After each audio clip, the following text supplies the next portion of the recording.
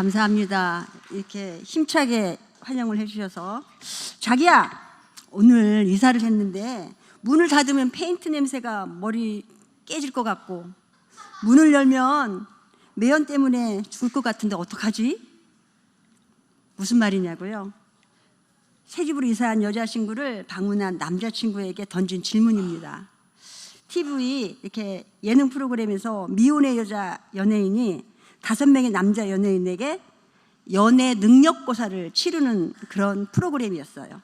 근데 그 프로그램에 그렇게 문을 열면 매연이 들어와서 머리가 깨지겠고, 그리고 문을 닫으면 페인트 냄새 때문에 죽을 것 같다 질문을 던지는 그 여자친구에게 5명의 남자친구들의 대답에 의해서 합격 아니면 탈락 되어집니다. 첫 번째 남자 연예인이 나와서 새집 냄새보다는 문 열어서 매연 맞는 게 차라리 낫지 않아? 탈락. 두 번째 남자, 기다렸다는 이 부드러운 목소리로 내가 다른 집으로 한번 알아볼까? 탈락. 탈락. 세 번째 남자, 이 관광을 지켜보던 어떤 출연자 회심의 미소를 지고 나는 합격일 거야. 내가 선풍기를 하나 가지고 올 테니까 창문 쪽으로 선풍기를 놓고 선풍기를 틀어놓으면 안에 있는 페인트 냄새는 나가고 또 밖에서 들어오는 매연은 차단이 될 거야. 그런데 또 탈락. 그러다 보니까 네 번째 남자, 나는 진짜 정답을 말할 수 있어. 내가 공기청정기를 하나 사가지고 갈 테니까 그 청정기만 놓으면 될 거야. 괜찮지? 탈락. 5번째 남자 연예인, 한숨 섞인 목소리로 열면 매연, 닫으면 페인트 냄새, 그럼 날 보고 어떻게 하라고? 포기하라고? 하고 있는데 여자 연예인이 탈락. 뭘 말할까요? 누구도 정답을 맞히지 못했어요. 그럼 과연 이 여자 탤런트가 원하는 대답은 무엇이었을까요? 여러분 마음속으로 한번 답을 말해보세요. 그 여자친구가 원하는 대답은 자기야, 괜찮아? 많이 아파? 병원에 가자. 이 말이었어요. 여자친구의 질문을 받았을 때 고통의 한 중앙에 서 있는 여자친구는 보이지 않고 파악하고 해결해야 할 문제만 보이는 것이 남자들의 대답이었어요. 여기 남자 청년들 조심하세요.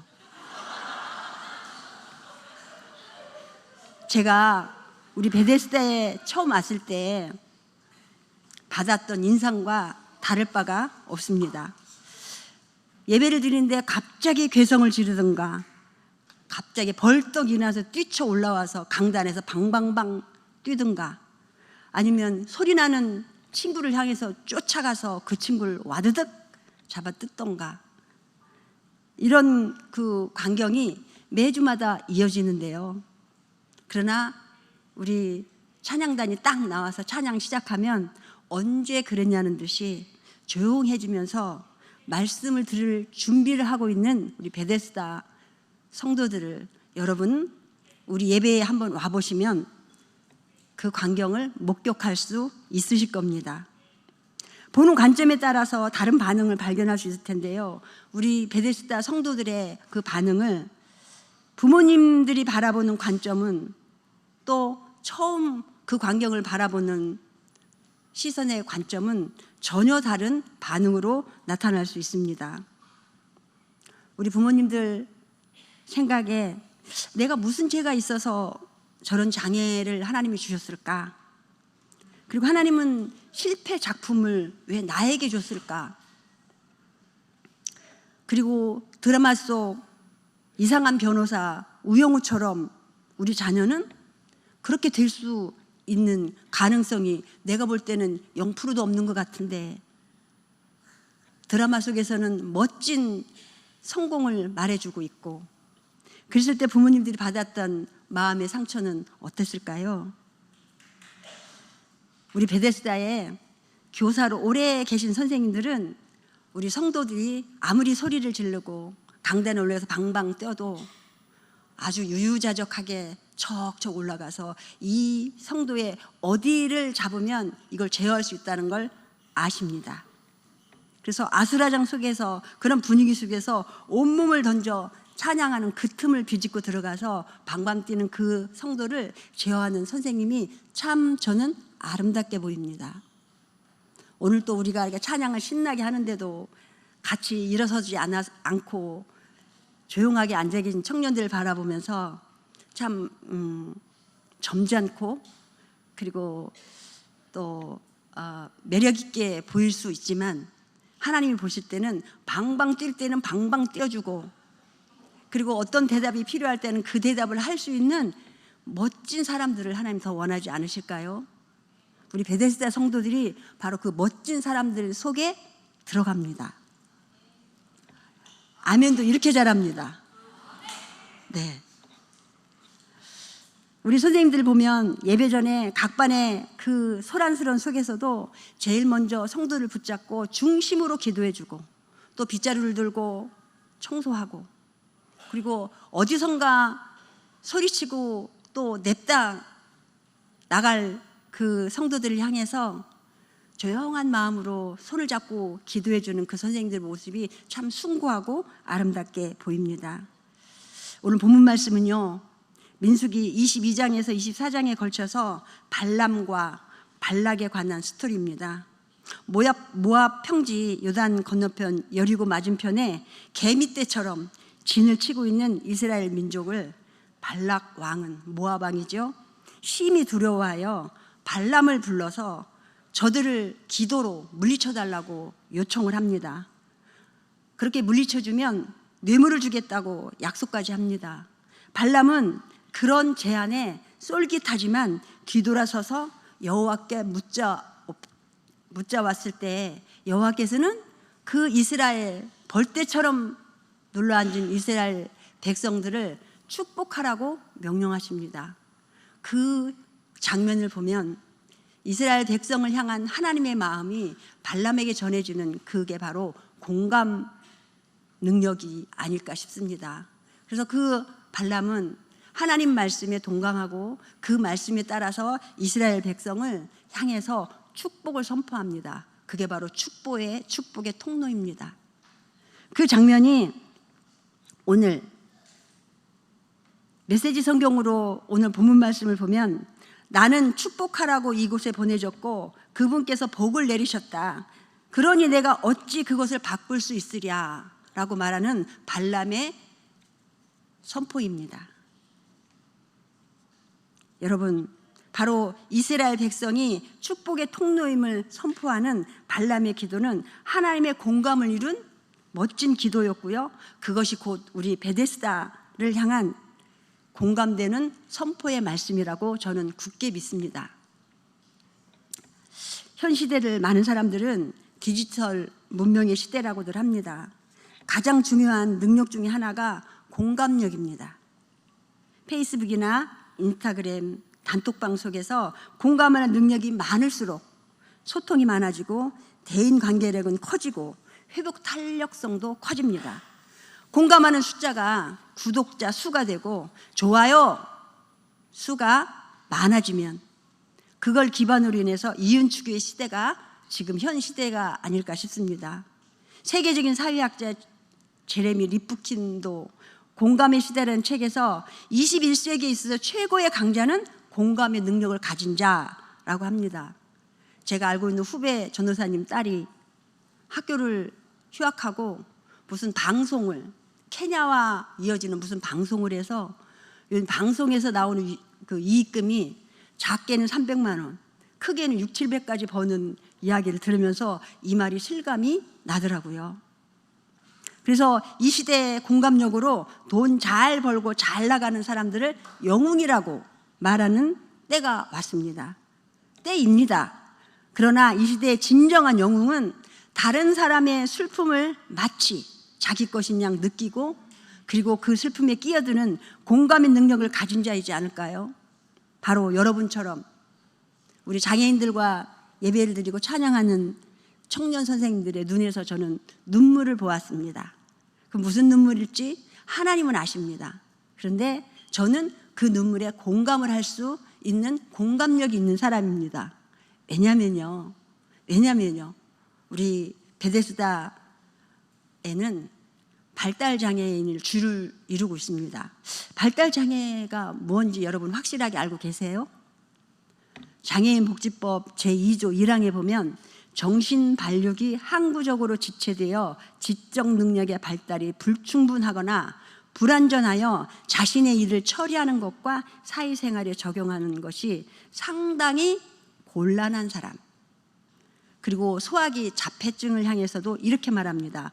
비전형적인 자폐증에 따라 언어, 신체적 표현, 자기조절, 사회 적응 및 능력의 장애로 인하여 일상생활이나 사회생활에 상당한 제약을 받아 다른 사람의 도움이 필요한 사람, 그 밖에 통상적인 발달이 나타나지 아니하거나 크게 지연되어서 일상생활이나 사회생활에 상당한 제약을 받는 사람을 대통령령으로 정하는 사람을 발달장애인이라고 한다고 나와 있습니다.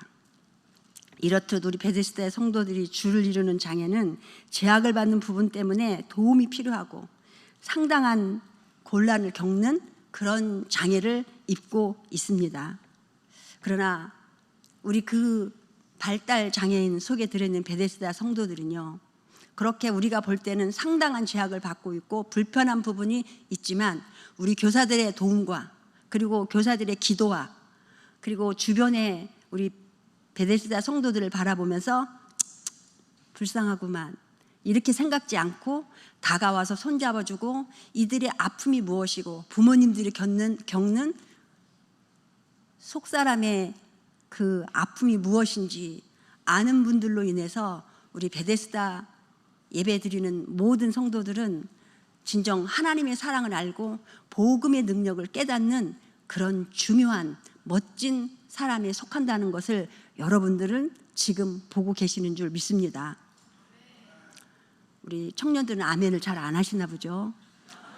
우리 베데스다 성도들은요, 제가 복음 선포하면은요 박자에 맞게 아멘을 무지 잘합니다. 제가 장례식에 가면 믿지 않는 사람들에게 이렇게 꼭 말합니다. 제가 오늘 드리는 말씀을요 공감이 갑니다, 맞는 것 같습니다 하면 예수님을 몰라도 아멘으로 화답해 주세요 했더니 믿지 않는 그 가족들이 아멘 아멘 해주는 속에 제가 얼마나 멋진 사람을 발견한 줄 아세요? 저렇게 아멘을 잘합니다. 맞아요. 성경 말씀에는 와 보라라는 말씀이 세 군데가 나옵니다. 요한복음 1장 39절에 보면 예수께서 와 보라 말씀하시고요. 요한복음 1장 46절에는 빌립이 나다나엘에게 와보라 합니다. 그리고 요한복음 4장 29절에는 사마리아 여인이 동네 사람을 향해서 예수님을 와보라 합니다. 저는 이 시간 여러분에게 네 번째 와보라를 해보고 싶습니다. 우리 베데스다 예배에 한 번만 와보십시오. 여러분 예배가 거룩하고 얌전하고 멋지게 보일지라도요 마음껏 말씀에 반응하고요 찬양에 반응하는 우리 성도들을 바라보면 가만히 앉아있는 여러분이 멋지기보다는 좀 부끄러워질 수 있다는 사실을 아시면 참 좋겠습니다. 네. 학생이요 교수님과의 공감을 잘하면 학점을 잘 맞아서 장학생이 됩니다. 성도가 목회자와 공감력이 있으면 은혜를 배나 받을 수 있고요 기쁘게 신앙생활을 할 수 있습니다. 5월 가정의 달, 자녀와 부모의 공감력이 크면 클수록 그 가정은 행복하고 건강한 가정이 될 것입니다.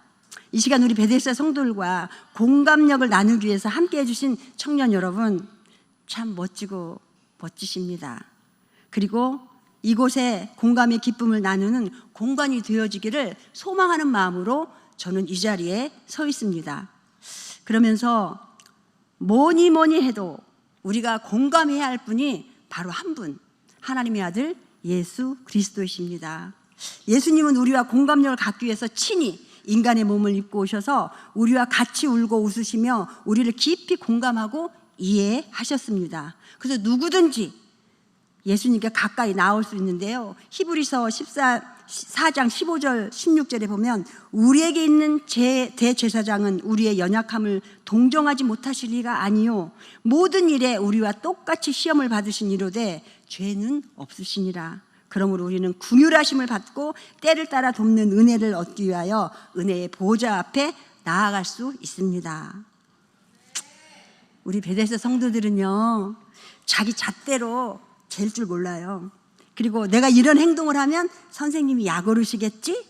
하면서 행동하지 않습니다. 그리고 중심에 항상 순수하고, 그리고 내 맘대로 소리도 지르고 행동을 하지만 그래도 뭔가를 하지 말라고 요청을 할 때 주춤거릴 수 있는 능력도 있다라는 것을 이 시간 저는 말할 수 있습니다. 그래서 우리 베데스다 성도들을 향해서 저는 축복의 통로임을 확실하게 선포한 하나님의 말씀이 그대로 임하여지는 그릇인 우리 베데스다 성도들, 함께 예배할 수 있는 여러분도 바로 축복의 통로이십니다. 축복의 통로이십니다. 제가요, 장애인 선교를 한 지가 한 37년, 만 37년 됐습니다. 장애인 사역을 하기 시작한 동기가 있는데요. 바로 그 장애인을 보면 감사하지 않을 수 없는, 감사할 수밖에 없는 그런 장애인을 제가 처음 만났을 때 전신마비 장애인이었습니다. 그 장애인이 27살 때 옷 만드는 공장하는 공장 사장이었어요. 근데 그 사장이 오토바이를 타고 샘플을 시장에 갖다 주려 가다가 앞서가는 택시가 그냥 가려고 하다가 멈칫 서버린 것을 그대로 받고 들이받고 넘어진 것을 뒤에서 오는 봉고차가 덮어버렸어요. 그랬을 때 지금은 많은 사람들이 이제 어떻게 처리해야 되는지를 배우고 교육해서 아는데 그 당시에는 그 교통경찰관이 잘 몰랐던 것 같아요. 봉고차 밑에 깔려있는 이 청년을 꺼내려고 그냥 아무런 조치도 없이 막 꺼내다가 척추가 완전히 망가뜨려지고 전신마비가 되어서 병원에 갔더니 의사 선생님이 지금 이 의료 모든 기술을 빼버리면 그냥 죽고 그리 안 하더라도 식물인간밖에 될 수 없습니다 했더니 어머니가 식물인간이어도 좋습니다, 살려만 주십시오 한 그 청년이 제가 처음 만났을 때 4개월 동안 하늘을 한 번도 못 봤다 해요. 그래서 같이 간 봉사자와 함께 들 것이 없으니까 담요에다 실어서 3층 집에서 내려와가지고 하늘을 보여준 적이 있는데 그 친구가 이단들이 집에 하루 종일 천정만 바라보고 있으니까 이단들이 와가지고 복음 아닌 것을 전해주었어요. 그랬더니 저한테 복음 아닌 것들로 반박을 하는 거예요. 그래서 제가 신학을 시작하게 된 동기가 됐고요. 그래서 그 친구가 전에는 저한테 형이라고, 저희가 아우님 이러는데 형, 나 오늘 눈 감으면 내일 아침에 눈 뜨기 싫어요. 그랬던 친구들이 교회 청년들하고 연결해줘서 청년들이 컴퓨터 가르쳐주고 컴퓨터 사주고 이러면서 친구가 되어줘서 신앙생활을 시작하게 됐습니다. 근데 그 친구 입에서 어떤 말이 나오냐면 형, 이곳이 바로 천국이네요. 이렇게 고백하는 것을 보면서 제가 장애인 사역을 그때 시작한 그 일들이 지금까지 이어지고 있습니다. 근데 그 친구에게 유년부 아이들 200명을 초청해서 복음 축제를 하고 있는데 간증 좀 하라고 여러 번의 이제 권면 끝에 간증을 하게 됐는데 그 친구의 간증이 이런 거였어요. 제가 이렇게 해서 27살 때 이렇게 전신마비가 되어졌고 나는 휠체어에 1시간 앉아있으면 15분 동안 에어 매트리스 속에 누워있지 않으면 욕창이 생겨서 내가 죽을 수밖에 없습니다. 감기가 걸리면 폐가 쪼그라들어서 금방 죽을 수 있는 그런 인생입니다. 근데 지금 여러분을 바라보니까 내 귀가 열려서 여러분 제잘거리는 소리를 들을 수 있어서 감사합니다. 내 입이 있어서 여러분에게 내 이런 상황을 말할 수 있어서 감사합니다. 내 눈이 열려서 여러분들을 볼 수 있는 눈이 있어서 참 감사합니다. 이렇게 고백을 했어요. 이 고백은요, 이 감사의 고백은 무엇을 주셔서 감사합니다가 아니고, 무엇을 주시면 감사하겠습니다가 아니고, 그럼에도 불구하고 감사하는 표현을 한 그 친구가, 그 말을 하기까지 하나님의 아들 예수가 내 죄를 용서하시기 위해서 십자가 못 박에 돌아가셨고 3일 만에 부활하신 사실을 마음으로 믿어서 의에 이르고 입으로 시인해서 구원에 이르는 길을 선택했다는 사실입니다. 그래서 그 친구의 그럼에도 불구하고 감사가 제 장애인 사역의 시작이 되었고요. 그리고 그 친구를 통해서 제가 장애인들을 향해서 세 번째 그 축복이 바로 하나님의 주권을 인정해야지만이 장애인들을 향해서 이렇게 감사할 수가 있고, 그리고 장애인 속에 들어있는 복음의 능력이 얼마나 크다라는 것을 알 수 있다는 사실을 저는 여러분에게 오늘 말씀드리고 싶습니다. 얼마 전 제가 시각장애인 10명을 데리고 북한산을 갔어요. 북한산에도 이렇게 널찍한 바위가 있는 쪽으로 가서 저는 장애인들을 보면 눈빛만 봐도 뭐가 필요하구나 알 수 있을 만큼 그렇게 많은 사람들도 생각하고 저도 그렇게 생각한 줄 알았어요. 근데 그 맹탕이라는 것을 한 번 더 말씀드리고자 하는데요. 그 친구들 데리고 제가 미사여구를 다 동원해서, 얘들아, 내가 너희들 그냥 칙칙한 실내 속에서 이렇게 공부하기보다는 이렇게 쾌청하고 선선하고 좋은 날씨를 여러분들에게 내가 이렇게 만끽하게 해주려고 왔어. 하늘은 구름 한 점 없는 푸르름이 있고, 그리고 나무에서는 노란 단풍, 빨간 단풍이 마구마구 떨어지는데 깨끗한 물 위로 흘러가고 있는 모습이 너무 아름답다. 한번 상상해 보지 않을래? 하면서 여러 가지 이야기를 했어요. 근데 갑자기 한 녀석이 벌떡 일어나더니 선생님 혼자 만끽하세요. 제가 이 말에 뒤통수를 한 대 꽝 맞을 수밖에 없었습니다. 그들에게는 전맹, 시각이 완전히 없는 전맹들은 시감이 없습니다. 그런데 푸른 하늘이 어떻고 빨갛고 노란 단풍이 어떻고 말을 해 주었을 때 저는 공감 능력이 전혀 없는 무식한 교사가 되었어요. 여러분, 메타인지라는 용어를 들어보셨나요? 메타인지라는 것은 자기가 무엇을 알고 무엇을 모르는지를 아는 것을 말합니다. 메타인지가 있는 사람은 자기가 무엇을 모르고 안다는 사실을 알기 때문에 겸손하게 모든 것에 있어서 학습하지만, 그렇지 않은 사람은 우물한 개구리처럼 자신이 모든 것을 아는 줄 알고 우쭐댈 수 있습니다. 우리 청년 여러분, 우리 베데스다인을 보면서 어떤 생각하셨어요? 나는 저렇게 안 태어난 거에 대해서 혹시 감사하셨나요? 우리 베데스다 친구들은요, 메타인지가 부족한, 상당히 부족한 그런 친구들입니다. 그래서 우리들은 이 부족한 이들을 위해서 가짜 지식이나 잘못된 인식이 그들의 머릿속에 주입되지 않도록 막아줘야 하는 역할을 해야 합니다. 필요하면 견책과 징계를 통해서라도 잘못된 생각과 행동을 하지 않도록 도와줘야 합니다. 그래서 끊임없이 저는 우리 베데스다 성도들을 위해 못 알아들을 것 같지만 복음을 선포하고 그 복음에 대해서 입으로 시인할 수 있는 설교와 또 찾아가서 복음을 1:1로 제시할 때가 많이 있습니다. 그래서 그들에게 복음을 인지하는 신앙 지식과 복음을 고백하는 능력, 그 바탕으로 인해서 신앙의 실천하게 이르기까지 찾아가서 만났을 때 입으로 영접 기도를 못하면 내가 영접 기도를 너 대신 할 테니 알아들을 수 있으면 눈을 깜빡깜빡 해보지 않을래? 분명하게 눈을 깜빡깜빡 해줍니다. 제가 이런 마음들이 어디에서 일어났냐면 오래전에 한 장례를 통해서 하나님의 공감력에 대해 절실히 느낀 일이 있었습니다. 이름은 이정복 씨라고 하는데요. 어머니는 90이 넘었고 아들과 둘이 살다가 아들이 술태백이었어요.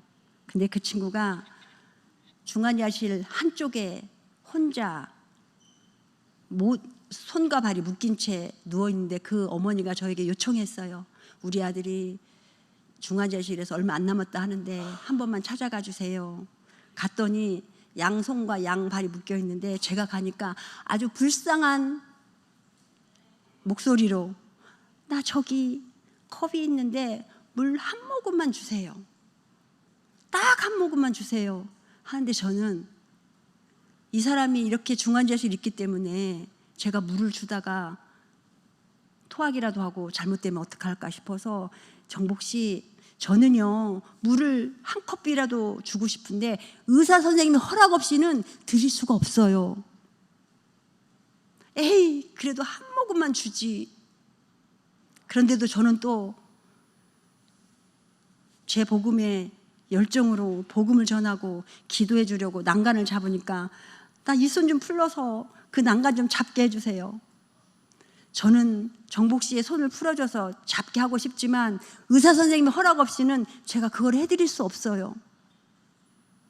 그랬더니 징징징 우는 사람에게 복음을 영접하게 만들고 기도해주는 기술적인 사역을 감당하고 돌아왔습니다. 그리고 이틀 후에 새벽 기도를 막 시작하는데 어머니한테 전화가 왔어요. 우리 정복이가 죽어가고 있다고. 그래서 권사님 제가 지금 새벽 기도 시작했으니 끝나고 바로 갈 테니까 권사님 먼저 가서 좀 계세요. 그러니까 나 무서워서 못 가. 그런데도 저는 예배 다 끝날 때까지 어쩔 수 없이 끝나고 가니까 눈을 3분의 2쯤 뜨고 소천했더라고요. 그래서 제가 손으로 눈을 감기면서 기도하고 돌아가신 지가 1시간이 넘으면 눈이 잘 안 감깁니다. 그래서 3번, 4번을 기도하고 감기고 감겨드리고 그리고 자녀도 없어요. 결혼도 안 했어요. 가난해요. 그래서 병원에 장례식장하고 연결을 해서 냉동관에 안치하고 빈손을 안 꾸미는데 냉동관을 하루만 더 있게 해주세요. 제가 주일날은 사역을 해야 되기 때문에 장례식을 못 해드립니다.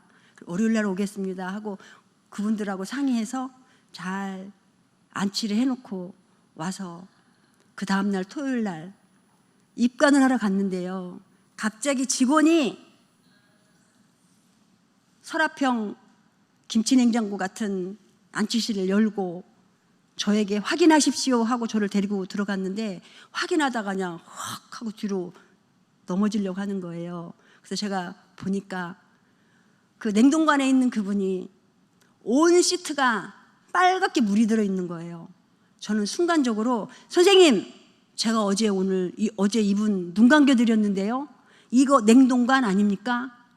했더니 냉동관 맞아요 하면서 쑥 밀어줬더니 여기까지 차는 장갑을 끼고 와서 저에게 열면서 얼굴 확인하세요. 그리고 입관하는 동안 1시간 동안 지켜보실래요? 아니면 1시간 동안 나가 있다가 우리가 다 처리하고 나면 얼굴만 확인할래요? 제가 순간적으로 이 사람 진짜 살아있나? 했더니 돈이 없다고 치료를 다 안 받아서 구멍이라는 구멍 있는 곳에서 다 시트로 흘려보낸 거예요. 그래서 저는 그런 장례를 저 생전 처음 봤습니다. 그리고 그분을 월요일 날 잘 가서 화장해서 유택동산에 제가 넣어드리면서 집을 돌아오는데 참 허탈하더라고요. 왜냐하면 목회자라고 하면서 물 한 모금도 제대로 줄 수 없는 나약한 존재이면서 뭐가 잘났다고 그래도 복음 듣고 천국 가라고 구원의 확신을 갖게 하라고 영생의 축복을 갖게 하기 위해서 복음을 전하고 기도해주고는 내 모습이 참으로 부끄러웠습니다. 왜냐하면 하나님의 허락 없이는 손가락 하나도 까딱할 수 없는 나약한 이 몸, 이 존재가 복음을 가지고 누구에겐가 천국 가는 능력을 부어주겠다고 힘써서 복음을 전하는 내 모습이 우습게 보였습니다. 그래서 그날 제가 회개하는 가운데 우리가 어떤 기도를 하든지 간에 먼저 회개함으로 내 영혼이 거룩해져서 하나님이 부어주실 은혜가 준비된 그릇에 담을 수 있도록 해야 되기 위해서는 회개의 그 능력이 우리 안에 임해야 된다는 거 여러분 설교를 통해서 말씀을 통해서 많이 들으셨을 것입니다. 회개는요, 두 가지의 회개가 있습니다. 첫 번째 회개는 율법적 회개예요. 이 율법적 회개는 죄의 징계와 심판의 두려움, 즉 자신이 지은 죄로 인해서 결과 때문에 고통스러워하면서 하나님께 올려드리는 게 율법적 회개고요. 복음적 회개가 있습니다. 그 회개는 자신의 죄로 인한 결과가 아니라 하나님의 마음을 아프게 한 죄가, 하나님의 마음을 아프게 한 죄를 고백하는 것이 복음적 회개입니다. 우리 신앙의 일상적 모습은 어떻습니까? 율법적 회개에 머문 채 참된 회개는 멀리 있지 않을까요? 참된 회개는 내 죄로 인해 징계와 심판이 두려워서가 아니라 내 행동과 내가 잘못된 그 생각들과 판단으로 인해서 하나님의 마음을 아프게 하는 죄를 고백하는 게 바로 복음적 회개라고 저는 믿습니다. 우리가 스마트폰과 컴퓨터로 물어봤던 수많은 검색들 그리고 신용카드 내역은 우리의 흔적이 되어서 세세하게 데이터베이스화 되고 있는 이 시대에 이러한 데이터, 빅데이터들은 기업이나 또한 국가가 새로운 사업을 기획하거나 정책을 수립하는데 결정적으로 사용되어집니다. 그러나 디지털 세상에서 모든 것은 수량화되고 있고 또 예측 가능해짐을 의미하지만 인간의 모든 행동을 계산 가능한 것들로도 만들어지기도 합니다.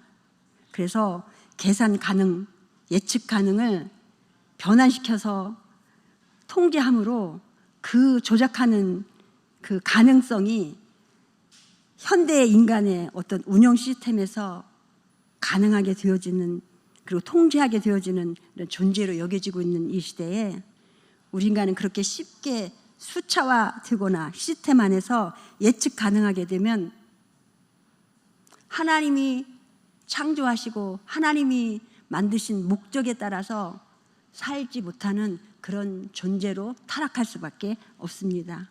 그래서 어떤 사람에게 대해서든 돈 없다, 건강 없다, 지위가 없다고 하면서 무자르도 뚝 잘라 해석할 수 없습니다. 이러한 것들은 사람의 존재의 100% 중에 10%를 본 것에 불과할 뿐입니다. 그래서 사람은 나머지 90%의 빙산의 일각이라고 하지요. 헤아릴 수도 없고 잴 수도 없는 심연 속에 존재합니다. 그래서 우리는 하나님의 사랑을 잊고 동행하는 무한한 가능성을 지닌 존재의 사람들입니다. 우리 인생에 있어서요, 견해의 일치와 공감은 전혀 다릅니다.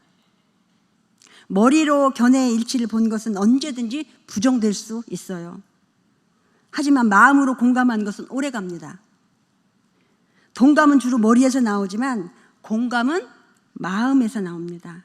머리에서 나온 거는요, 생각이고요. 마음에서 나온 것은 마음입니다.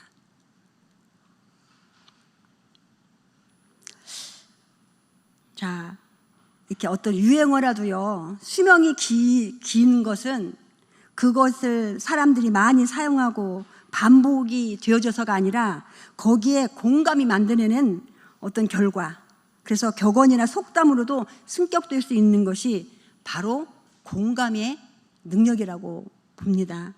그래서 여러분, 어떤 고추가 제일 매울까요?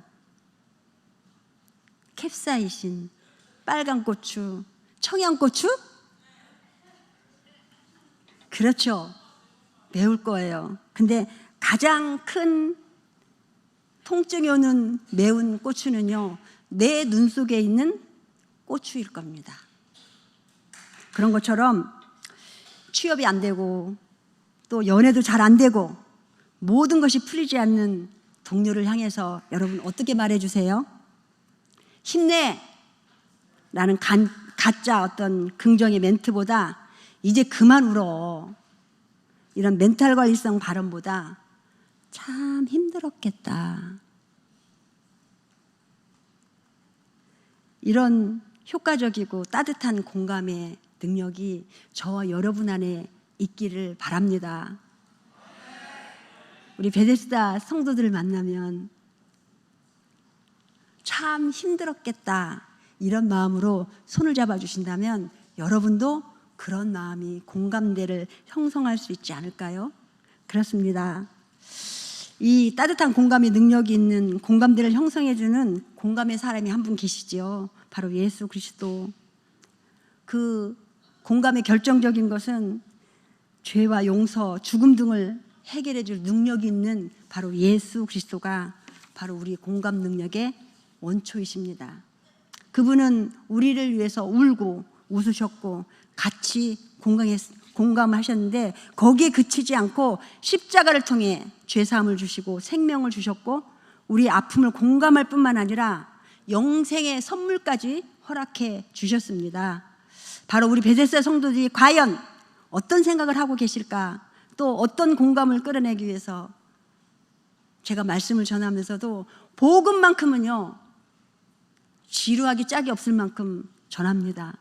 왜냐하면 그 속에 성령 하나님이 내재하셔서 그들의 생각과 또 행동을 어루만져 주시고 이끌어 주신 믿음이 제 안에 있기 때문입니다.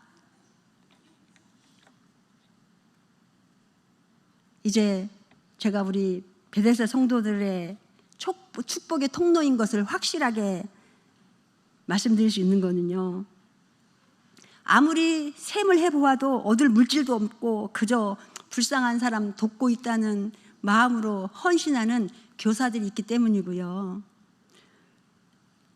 저녁 늦게 카톡을 막 7, 8개씩 보내놓고는 제가 그걸 답을 안 하면 에이 치사 빤쭈 이렇게 노골적으로 저를 야단칩니다. 그리고 주일날 교회 안 와서 전화하면 전화를 안 받기도 하지만 어쩌다 전화 통화가 되면 아까 내가 문자 보냈잖아요. 큰소리 빵빵 칩니다. 근데 그 문자는요 영서예요. 영서. 여러분 영서 뭔지 아세요? 영어로 쓴 글씨요. 그러면서 제가 교회 못 간다고 문자 보냈잖아요. 저를 야단칩니다. 그런 친구들이 있습니다. 그리고 자기가 가끔씩 나쁜 행동을 하고 있는데 그 행동하지 않도록 도와주세요. 저한테 문자 보내는 친구들도 있고요. 그리고 직업을 갖고 싶기도 하고, 그리고 가끔씩 정신을 놓아버리는데 그러지 않게 해달라고 기도해 주세요. 그러니까 좀 유치한 기도 제목까지도 저한테 보내는 친구들이 얼마나 순수하고 아름다운지요. 그런 친구들을 돌보는 선생님, 우리 반 친구에게 생일날 내가 우리 집에 초청해서 케이크도 이렇게 해서 해줬는데 나한테 전혀 반응이 없어요. 막 이러는데 이번에 스승의 날 영양크림을 하나 선물로 사왔대요. 그 영양크림을 붙잡고 눈물을 그렁그렁 하시는 선생님이 계시고요. 주일날이면요 그 아수라장 속에서도 그 성도들을 붙잡고 기도하시는 모습 보면 아, 저 선생님은 다른 소리 안 들리시나 봐 할 정도로 기도를 하시는 선생님들이 허다합니다. 그리고요 주일날이면 휠체어 장애인들 입으로 잘 씹지 못하니까 그들을 섬기기 위해서 과일을 잘게 썰어서 숟가락도 떠지지 않을 만큼 잘게 썰어서 그들을 돌보려고 바리바리 싸우시는 선생님들, 그 선생님들이 우리 성도들 돌보는 손길을 멀찍이서 보면은요 저 승산 없는 일들을 왜 하실까 할 정도로 무식하게 하십니다. 그분들을 저는 존경합니다. 존경합니다.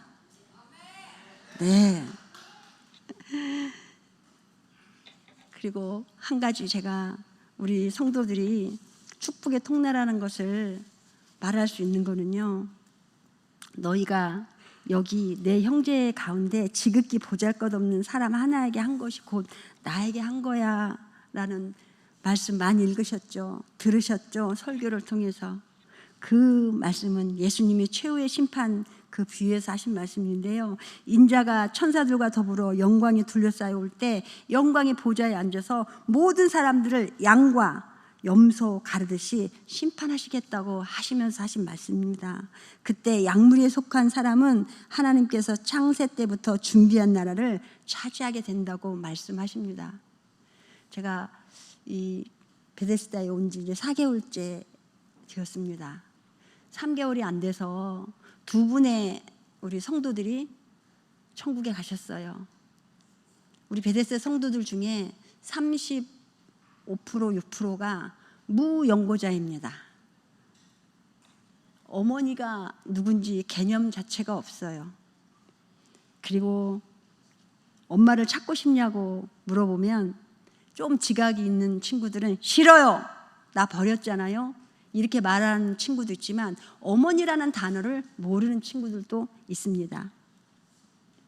인지가 되는 것 같긴 하고 또 들어도 깨닫지 못하는 것 같아도 금방 잊어버려도 말을 할 수 없어 표현을 못해도 눈을 깜빡이는 그런 친구. 그리고 이 장례를 통해서요, 제가 그 무연고자인 그 어르신을 집례를 하면서 우리 선생님들과 거기 또 직원들과 함께 장례를 치러드리는 그 가운데 은혜가 모든 사람들에게 임하였고, 그 2번째 장례에는 형제 자매들이요, 이 친구의 죽음을 통해서 한꺼번에 주일날 교회를 싹 와서 생전 믿을 것 같지 않는 아버지가 예수를 영접하고 주일날 교회에 오는 그런 일도 있었고요. 근데 이 어머니가 마지막 가는 딸의 모습을 가족들만 갈 수 있는 길을 저를 불러주시더라고요. 그래서 중환자실에 가서 연명치료 계속 할 거냐 안 할 거냐 정리하는 그런 상황 가운데 제가 가서 마지막 마무리 복음 제시하고 기도해드리고 그러면서 장례에 이어지기까지 믿지 않는 사람들이 다 앉아있는데 마지막 가는 길 예의를 지켜주세요. 함께 예배 드립시다. 화장 예배를 드리고 봉안 예배까지 드리는 가운데 안 믿는 분들에게 제가 또 요청했어요. 제가 드리는 기도, 드리는 말씀에 공감이 가면 아멘으로 화답해 주세요. 그랬더니 이분들이 처음부터 끝까지 아멘 아멘 하시는데 얼마나 멋진 합창처럼 들리시는지요. 여러분, 이제 마무리하려고 합니다. 작은 자, 우리 베데스다 성도 한 분에게 전해준 작은 사랑이 곧 나에게 하신 것이라고 말씀하시는 우리 주님께서 가족과 친구의 영역을 넘어 가난하고 외로운 이웃들에게 관심을 가지는 따뜻한 손길, 그것이 오늘날 하이테크의 시대라고 하는데 하이테크에 곁들여서 하이터치의 길을 갈 수 있는 길은 바로 저와 여러분이 어렵고 소외되고 아프고 칙칙한 저녁에 아이가 괴성을 지르면서 꼼짝 못하게 하고 잠을 이루지 못하는 그 자녀의 부모들을 생각할 수 있는 마음의 여유가 조금이라도 있다면 여러분, 앞으로 시간이 되어지고 또 생각이 되어질 때 저들을 위해서 기도해 줄 수 있는 멋진 마음의 소유자가 여러분 되시길 바랍니다. 네, 우리 베데스다 성도들은 이렇게 아멘을 통해서 자기 신앙 고백을 하는 모습들을 여러분도 좀 배우셨으면 좋겠습니다. 그래서 그 손길 하나하나를 하나님은 기억하고 계시고요, 목도하고 계시다는 것을 여러분 꼭 기억하시길 바랍니다. 이 시간 기도하실 때 오늘 말씀을 생각하시면서 나도 축복의 통로 역할을 잘 감당할 수 있는 사람이라는 고백을 여러분 스스로가 하셨으면 좋겠고요. 그리고 그 축복의 통로는 하나님께 주셔서 감사하고 주시면 감사가 아니라 그럼에도 불구하고 감사하고 하나님 말씀과 공감대를 형성할 수 있을 때 비로소 나는 축복의 통로라고 고백할 수 있고요. 그리고 하나님의 주권적인 이 모든 장애나 아픔이나 내가 갖고 있는 어려움들은 하나님의 주권 가운데 있다라는 고백이 저와 여러분 입술을 통해서 나올 때 바로 나는 축복의 통로라고 고백할 수 있는 여력이 있으실 겁니다.